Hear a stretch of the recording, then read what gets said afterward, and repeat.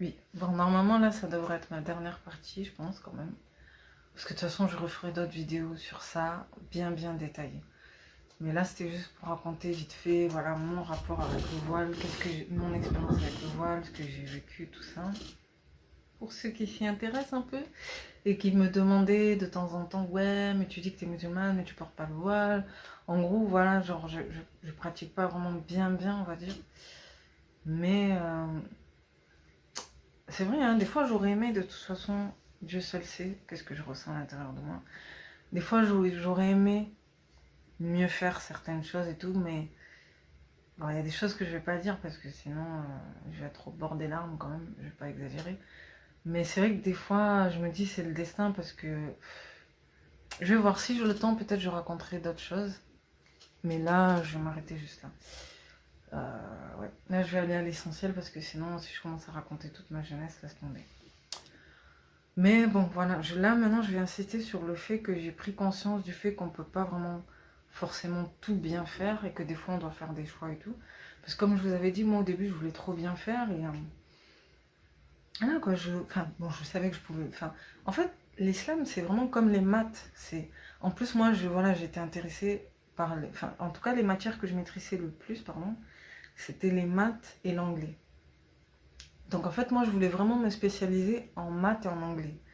Après, je suis tombée de haut. Je vais pas trop rentrer dans les détails parce que j'ai vu que les maths, genre, je me débrouillais bien, hein, mais il y avait un prof. Attends, déjà, on avait au moins 6 matières rien que pour les maths.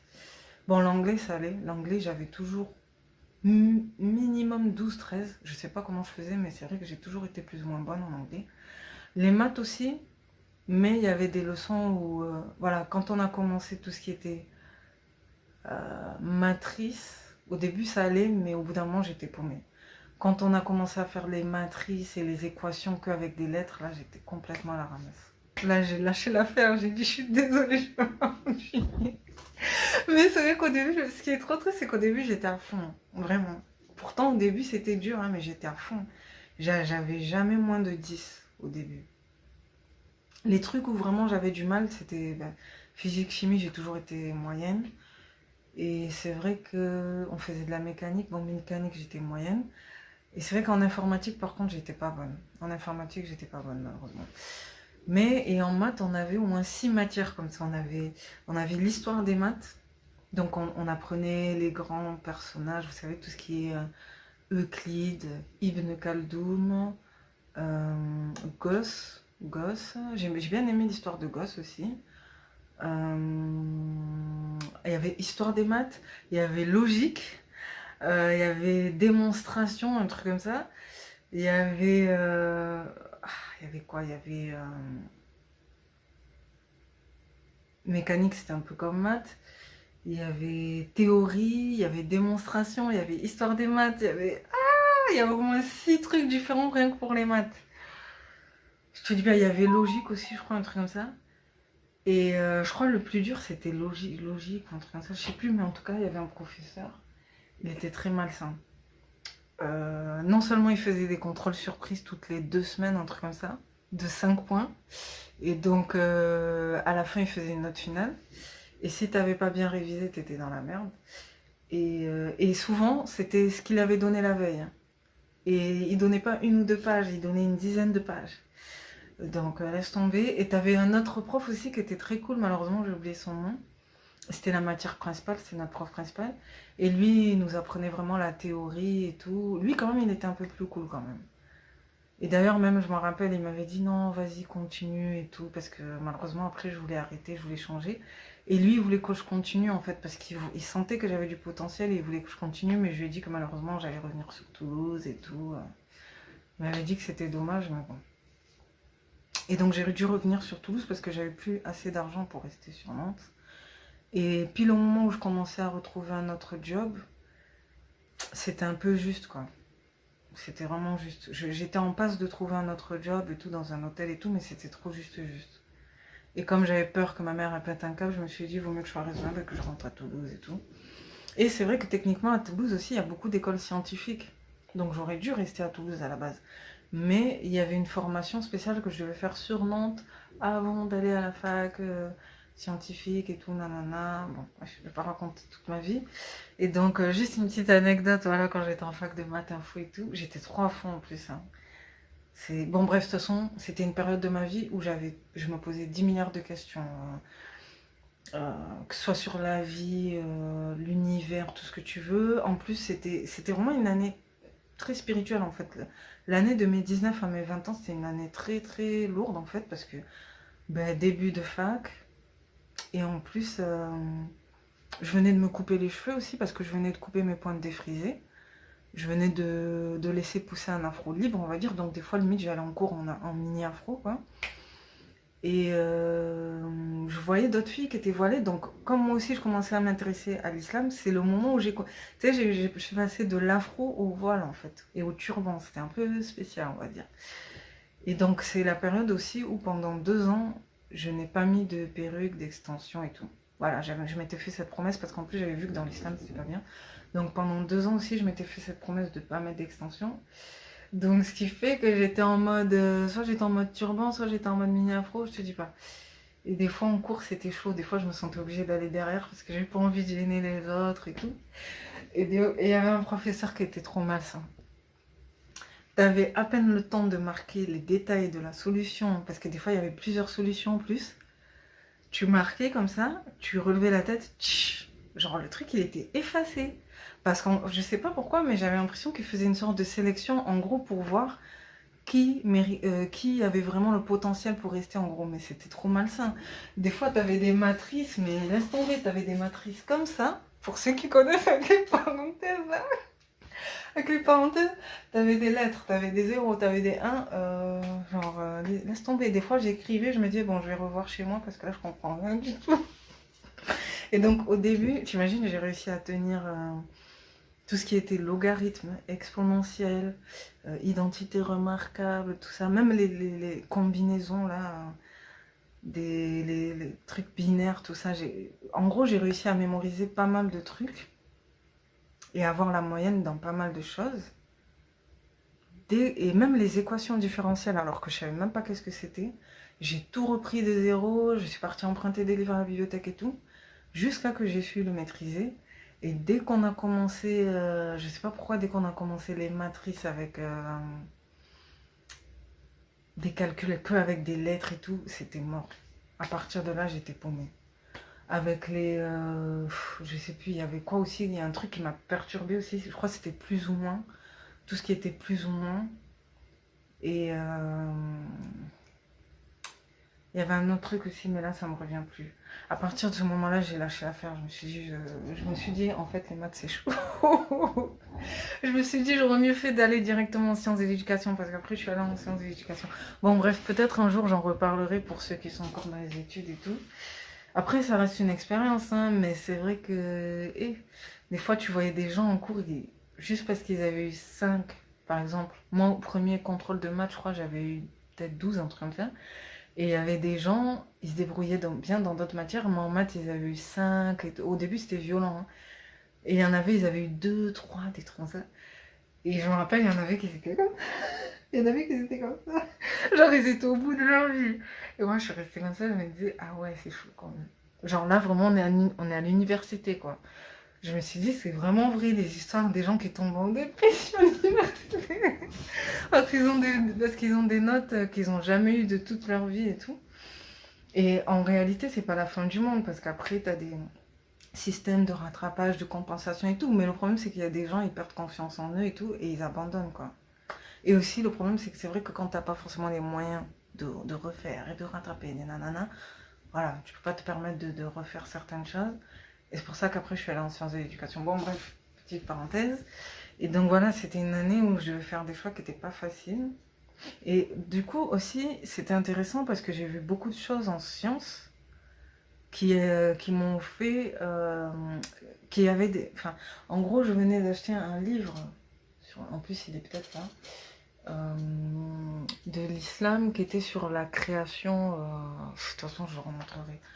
Sur... non, ben, c'est un des premiers livres que j'ai acheté. Bon, je remontrerai sur la création de l'univers et tout et tout. Et donc, c'était trop intéressant parce que je pouvais voir les mêmes choses en cours de sciences que dans certains livres de l'islam sur la science, la création de l'univers et tout. Et c'est là que j'ai commencé vraiment à m'intéresser de plus en plus à l'islam. Je regardais des documentaires, j'ai vu le documentaire The Science, tout ça. Et donc c'est vraiment ça en fait qui m'a grave attirée. Et après, juste pour abréger, c'est vrai que j'étais tombée sur des vidéos à l'époque de Rachid Boudeifa sur le hijab et tout. Et ça m'avait vraiment convaincue. Ça m'avait vraiment convaincue. Bon, maintenant, ils les ont enlevés et tout. Et moi, en fait, la première fois que j'ai mis le voile, bon, j'avais peur du regard des gens et tout. Mais bizarrement, je me suis sentie en sécurité aussi. Je sais pas comment expliquer ça, mais je me suis sentie en sécurité, en fait. Je me sentais en sécurité. Genre, je me disais, ça y est, j'ai plus forcément besoin de faire ça, ou d'avoir peur que quelqu'un me regarde un peu trop près ou quoi. Mais après, le problème aussi, c'est que j'ai vu des regards, mais laisse tomber. J'ai vu des personnes, peut-être françaises de souche ou quoi, qui me regardaient comme ça. Parce que moi aussi, voilà, j'avais trop envie de bien faire, donc voile noir, voire bleu foncé, avec un gilet noir, bleu foncé, avec une longue jupe noire, bleu foncé. Donc laisse tomber, j'attirais plus l'attention qu'autre chose. Voire même un jour, j'étais un peu en mode à la va-vite, quoi. J'avais mis un gilet vert kaki avec un voile rose fuchsia. En gros, je ressemblais pas à grand-chose. Et là, j'étais vraiment dégoûtée parce que j'étais en train d'attendre le tramway comme ça à Nantes. Et là, de l'autre côté, je vois pas un homme. C'était un homme noir, voilà, je pense africain et tout. Et j'étais vraiment déçue parce qu'il m'a lancé un regard. Il m'a regardé comme ça.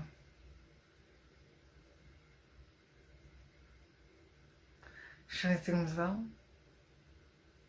J'étais vraiment déçue parce que je me suis dit, mais pourquoi il me regarde comme ça? Et il était énervé en fait, il me regardait comme ça. Genre en gros, mais comment oses-tu mettre ça alors que t'es dans un endroit libre où tu peux faire ce que tu veux et nanani. Bref, en gros, je pense que c'était le genre de personne en gros qui avait vraiment du mal avec. À mon avis, il devait se dire que voilà, il y a des noirs qui ont été castrés, qui ont été mis en esclavage et toi tu portes ça, nanana, nanana. Bon, bref, en gros, j'ai toutes sortes de personnes qui me regardaient froidement. Et c'est là que j'ai compris que voilà, c'est un choix quand même qu'il faut pas prendre à la légère. Après aussi, quand je suis revenue à Toulouse, ma mère, elle m'a dit qu'elle avait peur de ça, qu'elle avait peur pour moi, parce que c'était pile au moment où il y avait eu les premiers attentats ou quoi. Même mon frère aussi, qui était reconverti à l'islam, il m'avait dit, je te comprends, tu veux bien faire et tout, mais ne sois pas directement trop dans l'extrême, quoi. Essaye de faire les choses petit à petit. Il m'avait dit ça. Il m'avait dit qu'il s'inquiétait pour moi et tout, que je voulais trop bien faire, nanana. Et après, le problème, c'est que moi, comme je suis quelqu'un qui est un tout petit peu tête en l'air, on va dire, après, j'ai commencé à négliger, j'ai commencé à enlever ça, j'ai commencé à enlever ça, j'ai commencé à enlever ça. Bon, bref, je vais pas tout refaire de A à Z, jusqu'à que, après, c'est vrai aussi que j'ai vu que, c'est vrai que, enfin, je me suis dit, c'est vrai que pour une jeune femme qui est célibataire et tout, qui cherche à se marier, c'est chaud quand même. Donc je suis restée en tenue pudique, toujours les longs gilets, les habits amples et tout. Mais quand même, j'avais ce... Enfin, en fait, c'était très difficile parce que pendant longtemps aussi, j'étais le genre de fille, par exemple, quand j'étais ado, pour abréger, là je vais bientôt m'arrêter. Tu sais, j'étais le genre de fille qui était en mode lunettes et appareil dentaire. Donc forcément, quand du jour au lendemain, tu as plus d'argent, tu as plus de moyens, tu vois que tu peux faire telle chose avec tes cheveux, que tu peux faire ça, que tu peux t'habiller comme ça, j'étais partagée entre mon envie d'être traditionnelle et d'être pudique et mon envie d'être un peu plus féminine, d'être, voilà, de vraiment mettre toutes les chances de mon côté pour attirer la meilleure des personnes possibles. Pourquoi? Peut-être parce que aussi, quand j'étais plus jeune, il y avait des personnes peut-être aussi, enfin, c'est même pas peut-être, il y avait des personnes qui m'intéressaient beaucoup et qui étaient très simples en plus. Hein. C'était pas des hommes alpha ou quoi, hein. C'était des hommes vraiment lambda. Et il y en avait un en particulier qui, jusqu'à aujourd'hui, en plus, il est toujours pas vraiment casé. Donc des fois, je me pose des questions. Mais bon, il avait un nom aussi qui est pas commun. Il était franco-sénégalais. Bref, en plus, ils habitaient à côté de chez nous. Donc des fois, on les croisait, laisse tomber. Et malheureusement pour moi, à l'époque où je les croisais, j'étais mal habillée, j'avais les lunettes, j'avais l'appareil dentaire, mes cheveux ils étaient en mode gouffa bizarre. J'étais négligée quoi. Et c'est vrai que du jour au lendemain, tu t'habilles mieux, t'es un peu plus coquette et tout, parce que là j'avais arrêté de porter le voile, mais je m'habillais juste modestement, mais j'avais un côté coquette et tout. Un peu comme si j'avais cet espoir de le recroiser en étant mieux cette fois-ci, tu vois. Donc moi, j'étais vraiment un peu perturbée par rapport à ça parce que c'était quelqu'un que j'aimais beaucoup. Bon, je vais pas donner trop de détails sur lui, mais je le voyais vraiment comme the gars idéal à l'époque. Maintenant, non. Mais à l'époque, je le voyais vraiment comme the gars idéal. Et malheureusement, il n'était pas intéressé par moi. Voilà, parce que voilà, des fois, il y a des hommes aussi qui rejettent des filles. Et donc, et le problème, c'est qu'on avait beaucoup de points communs. Donc, limite, on allait bien ensemble, mais il n'était pas intéressé par moi. Il me trouvait peut-être sympathique, mais il n'était pas intéressé par moi. Et donc, moi, après, forcément, du jour au lendemain, quand j'ai vu que j'avais le potentiel d'attirer même des hommes qui étaient peut-être même un peu mieux que lui, je sais pas si c'était une vengeance ou quoi, mais j'ai commencé à être un peu plus coquette, un peu plus truc, et nanani, et nanana. Mais c'est vrai que... Et en plus, un jour, j'ai recroisé et limite, il était un peu gêné, il était comme ça. Voilà, voilà, voilà. Parce que j'avais changé, j'étais un peu plus féminine et tout. Mais le problème, c'est que maintenant, moi, je suis plus forcément intéressée par lui. Bon, bref. De toute façon, je reviendrai sur tout ça. Moi, je pense que il y a aussi la notion de libre arbitre. Et qu'il faut pas tomber dans les extrêmes et tout et tout. Faut pas tomber dans la provocation non plus. Mais il faut laisser les gens faire ce qui est le mieux pour eux. Voilà. Ceux qui se sentent de bien suivre doivent bien suivre. Ceux qui ont besoin d'un peu plus de temps comme moi, qui prennent leur temps. Parce que moi, je suis quasiment sûre qu'un jour, je finirai par revenir vers le voile et tout. Mais c'est juste que pour l'instant, j'avoue, j'avais besoin de me remettre en question et tout sur certaines choses. Voilà. Merci d'avoir pris. Salut, je reviens vite fait avec la fin de ma vidéo. Donc voilà, malheureusement, je l'ai filmé en plusieurs fois, mais bon, vaut mieux ça que rien du tout. Donc, je filme la dernière partie. Et après, peut-être, si j'ai le temps, peut-être que je filmerai une autre vidéo qui n'a rien à voir sur un autre sujet et tout. Donc, déjà, oui, je voulais vous... Enfin, je vais parler de 3 choses. Je vais parler d'une vidéo que je viens de voir en anglais sur le thème de la abaya et tout, sur la chaîne Al Jazeera. Après, je vais essayer de mieux expliquer peut-être le comment du pourquoi j'ai enlevé le voile à partir d'un soir qui m'a un peu choquée, on va dire. Et c'est vrai que c'est quoi, je crois que c'est la 2e ou 3e fois que j'en parle, parce que les 2 autres vidéos, soit je les ai bloquées, soit le son il est pas assez fort. Donc là vraiment je vais le réexpliquer bien, sans trop exagérer, juste pour que vous compreniez. Après je ne dis pas que ça veut dire que c'est une excuse et tout pour pas le porter, mais juste pour que les gens ils comprennent un peu mieux. Voilà. Et après je vais vous montrer ce livre aussi, parce que j'ai parlé de ça, mais je me rappelais même plus du titre exact et du nom. Et c'est parmi les premiers livres que j'ai achetés, les premiers livres islamiques en gros. Non, islamique. Ouais, les premiers livres sur l'islam que j'ai achetés en fait. Franchement, même 8 euros, ça va et c'est bien écrit. Au début aussi, ils sentaient le muscle. Mais là, comme ça fait quoi? Ça fait 4-5 ans. Non, même pas, ça fait 6-7 ans. Ils sentent plus du tout le muscle. Mais c'est vrai que des fois, au début, ça sentait un peu le muscle et tout. Et qu'est-ce que je voulais dire d'autre? Et donc, lui, je vais peut-être mettre des liens aussi, genre le documentaire The Signs et tout, parce que ce livre il me fait grave penser au documentaire The Signs, un peu. Même si c'est pas vraiment la même chose, mais ça me fait penser à ça.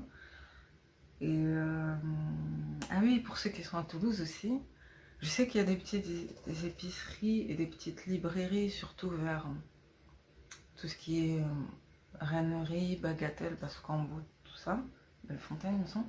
Mais moi, je vais à, pour ceux qui, peut-être qu'il y en a qui connaissent pas par hasard, hein, mais il y a un bon magasin comme ça qui est tout petit, qui est pas trop loin de la gare à Toulouse, et qui s'appelle Taouba. Et c'est là-bas que moi j'achète la plupart des choses que j'ai, depuis au moins 5 ans, on va dire.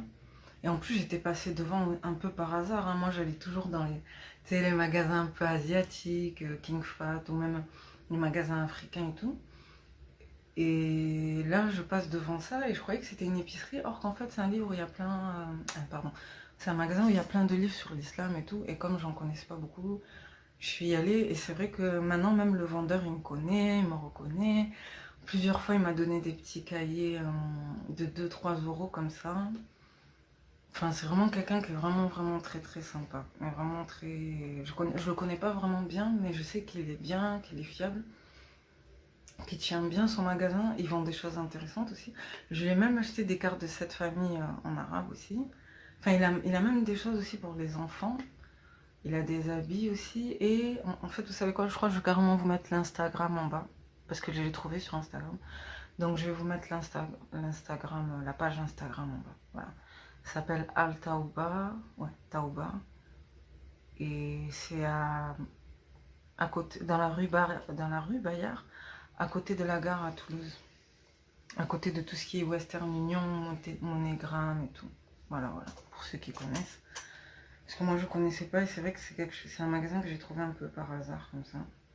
Et je suis très reconnaissante parce que ça m'a permis d'avoir la quasi-totalité des livres que j'ai. Et même j'ai rencontré aussi des vendeurs, quand c'était pas le vendeur habituel que je connais là. Ben voilà, une fois j'avais rencontré, bon j'avais jamais dit, mais j'avais rencontré un Congolais en plus qui était reconverti. Il était un peu costaud comme ça. Malheureusement, je l'ai plus revu. Parce que le vendeur habituel, il me semble que, je crois que c'est un... Je sais que c'est un maghrébin, mais peut-être marocain, je sais pas. Ouais, on dirait que c'est un marocain. Je sais pas pourquoi, on dirait un jour sur son écran, j'avais vu un truc sur le Maroc ou quoi. Je crois qu'il est marocain. Et oui, un jour, j'avais vu un coup. Parce que des fois, il y a même des femmes voilées. Des fois, j'avais vu une française de souche aussi, une fois, voilée. J'avais vu une dame maghrébine. Et un jour, j'avais vu un Congolais reconverti. Et il me taquinait un peu. Il me disait, hé, la sœur qui se reconvertit, nanana. Après, il disait, bon, c'est dommage que tu n'arrives plus à porter le voile. Parce que là, par exemple, tu as une longue jupe, il suffirait que tu mettes ça et tout, nanana. Après, il m'a montré quelques livres et tout. Et après, il m'a dit, ouais, fais gaffe, essaye de faire les bons choix et tout. Parce que je lui avais dit que j'étais encore dans les études et tout, et il m'avait dit de pas attendre trop longtemps. J'avais 25 ans, je crois, quand on s'était rencontrés. Il m'avait dit de pas attendre trop longtemps et tout, parce que sinon après ça va être difficile pour trouver quelqu'un qui soit croyant et qui soit pas trop exigeant, nanana. Et je crois qu'il s'appelait pas déjà son surnom c'était quoi déjà?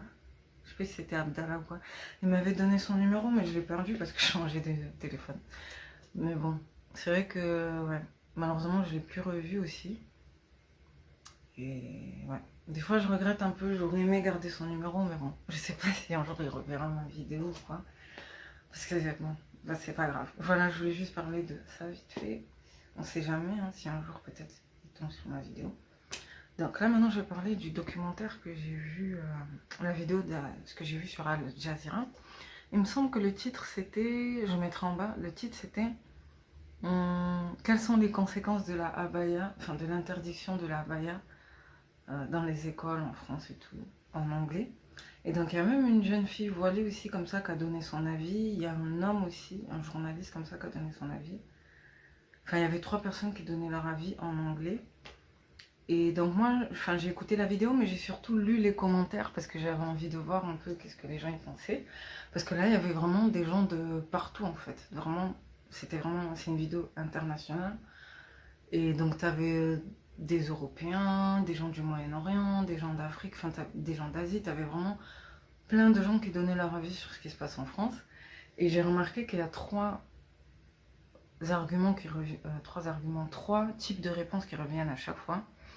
Donc la moins fréquente c'est celle, mais la plus neutre c'est ceux qui disent que pourquoi ne pas tout simplement mettre un uniforme, remettre l'uniforme, mettre l'uniforme. T'avais ça. Après t'avais le deuxième, c'était des gens qui étaient un peu, ben, je pense un peu soit d'extrême droite, soit vraiment très limite, on peut dire, je sais pas si on... Tu sais vraiment, tu sentais que c'était peut-être des gens qui étaient de l'Europe mais d'autres pays quoi. Allemand, Angleterre et tout, il y en avait qui disaient des trucs du genre bravo la France, bien joué, ou c'est ça que les autres pays d'Europe doivent faire, nanani. Et il y avait quoi d'autre aussi? Il y avait aussi des gens qui disaient mais pourquoi rester dans un endroit où de toute façon vous ne pouvez pas pratiquer? Pourquoi vous n'allez pas dans des endroits où vous pouvez mieux pratiquer? Ou sinon tu avais aussi oui, vous êtes choqué de ce qui se passe en France, mais vous ne seriez pas forcément choqué d'entendre qu'une femme qui veut être dévoilée en Arabie Saoudite se prendrait une sanction juste parce qu'elle serait dévoilée et qu'elle voudrait pas mettre le voile et tout et tout. Enfin, ils essayaient d'inverser la situation et de dire que on sait que dans certains pays islamiques, ça serait l'inverse et que... Enfin, non, pas que ça serait l'inverse, mais que ça serait pareil et que les femmes qui porteraient pas le voile aussi seraient blâmées, tout ça. J'avais vu ça aussi. Et j'avais vu un autre type de réponse aussi où t'avais, c'était un peu la honte, mais t'avais des gens qui disaient des trucs du genre Non mais en France, on se prend la tête sur ce genre de questions, alors qu'il y a des problèmes plus graves d'économie, de pollution, tout ça. Il y avait des trucs du genre, ah, faut surtout pas aller en France, ça craint la France, nan, ils sont trop fermés d'esprit, tout ça. Ou sinon, t'avais aussi, et ça c'est un peu mon avis, t'avais des gens qui disaient, euh, pourquoi, enfin, en quoi ça dérange qu'une femme elle s'habille plus modestement en fait. À la base, elle vient à l'école pour étudier, pas pour. Enfin, voilà quoi. En gros, moi j'étais plus de cet avis. T'avais des gens qui disaient que. Tu sais, c'est le genre de pays où c'est comme si on encourageait plus les filles à être dévergondées, à s'habiller n'importe comment, qu'à être modestes en gros. Du jamais vu. T'avais des gens qui disaient des choses comme ça. Euh, Que tant qu'on montre le visage et tout, c'est bon, il n'y a pas de quoi en faire toute une histoire. Nanana. Bon, c'est les trois avis qui revenaient le plus. Et donc, comme je vous ai dit, moi je pense aussi qu'il faut respecter les choix de chacun. Mais c'est vrai que j'avoue qu'il faut pas être dans les extrêmes non plus. Faut pas. Je suis pas forcément pour l'uniforme, mais c'est vrai que il faut pas qu'il y ait des gens qui veuillent totalement se couvrir. Mais il faut pas non plus, parce que ça reste une école, un endroit où on doit sociabiliser, tout ça. Et il faut pas non plus que ça soit un endroit aussi où. Faut pas non plus aussi qu'il y ait l'extrême du genre arriver presque dénudé, quoi. Tu sais, des filles qui se ramènent avec des mini hauts, des garçons qui viennent torse nu et tout. Donc en fait, c'est vrai qu'il faut vraiment trouver un juste milieu entre. Je sais pas. Franchement, moi je suis d'avis qu'on devrait laisser les gens s'habiller comme ils veulent, mais sans être dans les extrêmes, du genre être trop couverte ou trop découverte et tout. Et l'uniforme, je sais pas. Ça dépend de comment il serait l'uniforme. Je sais pas. Donc voilà, voilà, je pense que je vais m'arrêter là. Parce que je suis allée trop loin là, j'ai fait trop le tour de la question. Et donc, moi aussi, ce qui m'était arrivé par rapport à ma. De toute façon, je vous mettrai les liens en bas. Moi, en fait, par rapport à mon agression, c'était quand j'étais étudiante à Nantes, voilà, en chambre universitaire et tout. Et donc, j'allais souvent au champ, et malheureusement, un jour, j'ai eu la merveilleuse idée d'y aller tard le soir, il faisait nuit. Et je me suis habillée vraiment sombre, genre voile noir, longue jupe noire, manteau noir. Et j'avais un chariot comme ça, et à l'aller ça allait, mais au retour, j'avais pris le tramway et tout. Au retour, je vois un gars comme ça, on aurait dit un motard comme ça, avec une grosse moustache et tout, les cheveux très sombres et tout. Et je marchais, en plus, j'étais vraiment juste à côté de chez moi, il me restait juste à terminer, et il m'a lancé un regard. Il attendait le bus et il m'a regardé. Je passais comme ça, et je l'ai re-regardé, et il m'a lancé un regard, il m'a regardé comme ça.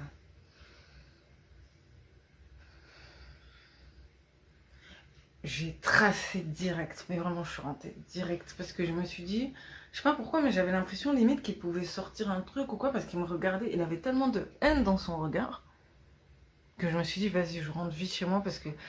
Et j'étais là, quand je suis rentrée, et je me suis dit, mais. Non, mais je me suis dit, en fait, je me suis trop sentie libre, en fait. Enfin, comment dire ça? Mais je me suis dit, mais en fait, j'ai trop idéalisé les choses, en fait. J'ai oublié que j'étais une femme noire, que j'étais truc, que j'étais truc. Et que, en gros, pour lui, je représentais peut-être tout ce qu'il aime pas, en fait. Une femme qui est étrangère, qui est noire, qui vient pas d'ici, et qui, en plus, elle se couvre comme si, peut-être, elle est dans un islam extrême et tout. Donc voilà. Après, je veux pas décourager certaines personnes qui portent voile ou quoi, mais moi, ce jour-là, je me suis pas fait agresser, mais j'ai failli me faire agresser, on va dire. Après, il y avait des amis qui m'avaient dit que ouais, j'aurais pas dû sortir toute seule le soir et tout. Une femme, voilà, une femme de manière générale ne doit pas sortir toute seule le soir et tout. Parce que ça aurait pu très bien être autre chose aussi. Mais moi, j'étais pas bien. Après ça, j'ai commencé à être un peu moins couverte, on va dire. J'étais modeste, mais moins. Je voulais pas que ça se voie autant, on va dire. Et je me suis dit aussi que j'étais pas vraiment libre de faire ce que je voulais, quoi. Je me disais, de par le fait que je suis noire, que je suis truc, que je le veuille ou non, il y a des gens, ils vont penser des choses dans leur tête et je pourrais rien y faire, même si je suis née en France, même si je suis truc et tout. Il y en a, s'ils veulent me voir juste comme une femme africaine qui est dans un islam extrême et tout, voilà quoi. Enfin bref, ça m'a fait me remettre en question sur plein de choses.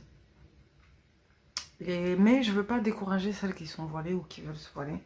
Moi je dis chacun chacun doit faire son destin, tracer sa route et tout. Et moi, j'ai un destin un peu hors du commun, on va dire. Donc, voilà, il m'est arrivé des choses un peu bizarres, mais vraiment, voilà. Faites ce que vous sentez être bien dans votre fort intérieur et tout. Et donc, je voulais juste vous lire, vous montrer juste quelques trucs dans le livre.